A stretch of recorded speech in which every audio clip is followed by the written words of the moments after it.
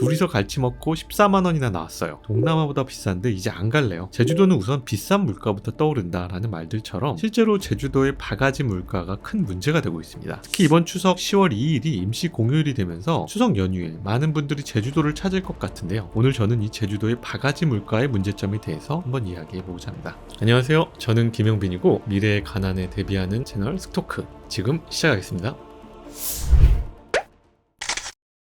그럼 실제로 동남아 가는 것보다 제주도 가는 게 더 비쌀까요? 한 언론사에서 진짜로 조사를 해봤는데요. 5월 비수기 기준으로 제주행 비행기 값은 18만 4,800원으로 20만 원에 조금 미치지 못하는 선으로 나타났고, 같은 기간 베트남 지역 항공편 가격이 호치민시티 18만 2,291원, 하이퐁 18만 8,894원, 하노이 22만 8,089원을 선보였다고 해요. 태국의 경우 방콕 25만 9,187원으로 제주행 항공권 값이 호치민, 하이퐁, 하노이, 방콕 등 동남아 일부 지역과 비교했을 때 가격대가 비슷하거나 몇만 원 차이밖에 안 나는 거죠. 근데 문제는 비교적 큰 차이를 보이지 않았던 항공권 값과 달리 제주의 호텔 숙소 가격이 확연히 차이가 나거든요. 5월 12일에서 14일 제주의 4에서 5성급 호텔 가격은 30만원에서 40만원대 가격선을 보인다면, 같은 기간 호치민 4에서 5성급 호텔은 10만원에서 20만원대입니다. 이러니 우스갯소리로 돈 많으면 제주를 가고 돈 없으면 동남아나 일본 간다는 말이 나오고 있죠. 거기다가 제주도는 렌트까지 해야 하니 성공하면 제주도 놀러 갈게요 라는 말이 괜히 나온 게 아니죠. 그러면 진짜로 제주도 물가가 많이 비싸진 걸까요? 실제로 제주 관광 비용은 2년 만에 무려 30% 뛰어오른 것으로 조사됐거든요. 제주관광공사의 보고서에 따르면 내국인 관광객이 제주도에서 쓰는 1인당 평균 소비 지출은 66만 1,371원 정도라고 해요. 2020년과 비교하면 2년 만에 15만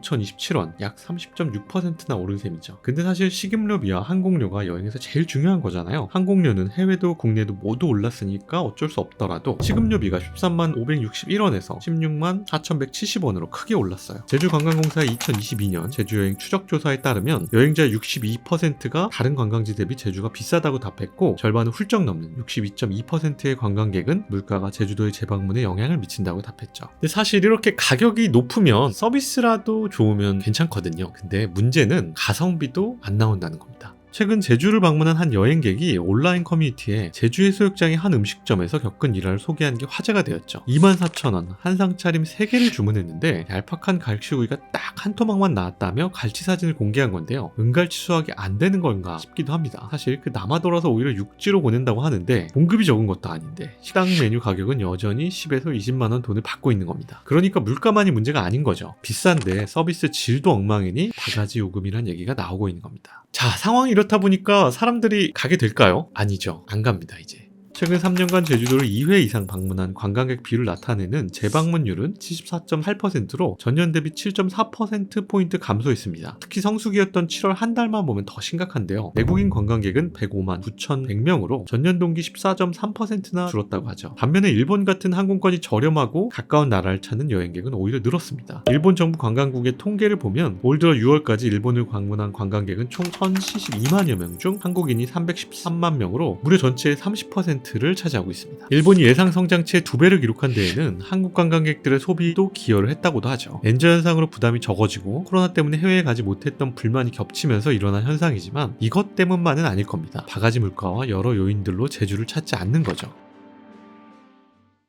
그렇다면 도대체 왜 이런 현상이 생기는 걸까요? 최근 충남 예산군과 맥주 축제를 준비 중인 백종원 대표님이 지역 상인들에게 일침을 가했죠. 우리의 지역을 한 번이라도 더 방문하고 싶게 만들어주는 기회가 되어야지 축제 기간 동안 큰 돈을 벌 수 있는 기회가 되어서는 안 된다고 말했습니다. 1박 2일에서도 전통과자 7만원 논란이 있었던 거 기억나시나요? 이런 것들을 보면 저는 소위 말하는 지역인들의 한탕주의와 물가 상승이 결합되어 생긴 결과라고 봅니다. 제주여행 물가 상승도 그렇고요. 사실 제주 물가가 오르게 된 계기는 코로나였거든요. 2020년 코로나 시국에 해외를 못 나가니까 다들 제주도를 나간 거죠. 실제로 역대 가장 많은 내국인 관광객이 제주를 방문했다고 합니다. 그러니까 이때 물 들어올 때 노젓자는 심정으로 지역인들이 일제히 가격을 올린 겁니다. 그런데 해외여행이 재개되면서 상황이 확 바뀌었습니다. 1년 사이에 제주도의 처지가 많이 바뀌게 된 거예요. 기억하시나요? 지난해만 해도 제주 렌터카는 바가지가 극성이었죠. 제주도 지역 렌터카 업체들은 전국 평균 가격의 수배에 달하는 요금을 받아 문제가 되었습니다. 근데 지금은 작년 대비 평균 40% 저렴해졌습니다. 비싼 가격으로 렌터카를 찾는 사람이 줄어드는, 즉 사람들의 수요가 떨어진 거죠. 게다가 제주도는 방문객들의 환경오염 유발에 따른 환경보전 분담금, 이른바 입도세를 부과하는 방안을 고려하고 있다고도 하는데요. 이 입도세라는 게 자연환경이 훌륭한 섬들이 자연환경을 보호하기 위해서 걷는 일종의 세금입니다. 하와이나 보라카이, 베네치아, 태국, 부탄 같은 세계적인 여행지들이 부과하는 관광세거든요. 근데 제주도가 이걸 부과한다고 하니까 사람들 반응은 글쎄요, 그렇게 좋지 못합니다. 거기에 왜 제주가 끼는데? 라는 의견이죠. 그렇게 제주는 코로나로 유례없는 호황을 누렸지만 온갖 바가지 요금과 지역민들의 이기주의로 제주도를 찾지 않는 부메랑 효과를 받은 셈이죠.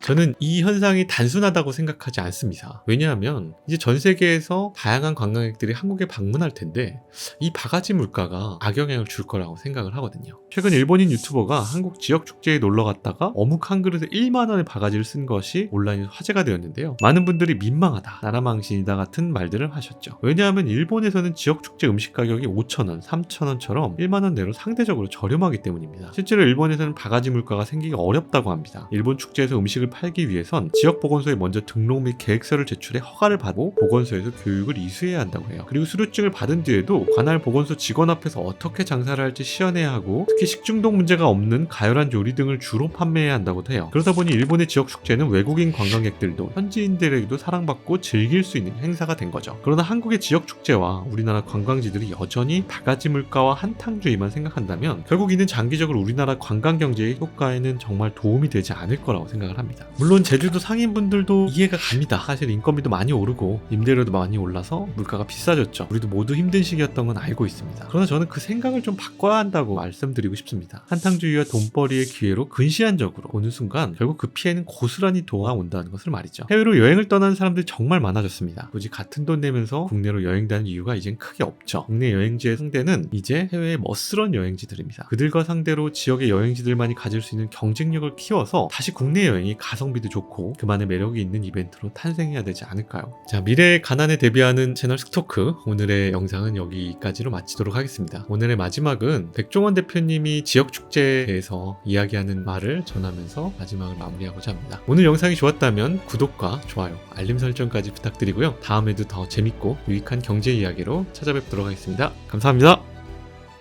많은 다른 지자체 분들한테도 좀 공유하고 싶은 내용이 뭐냐면, 축제라는 것은 지역의 기회는 맞아요.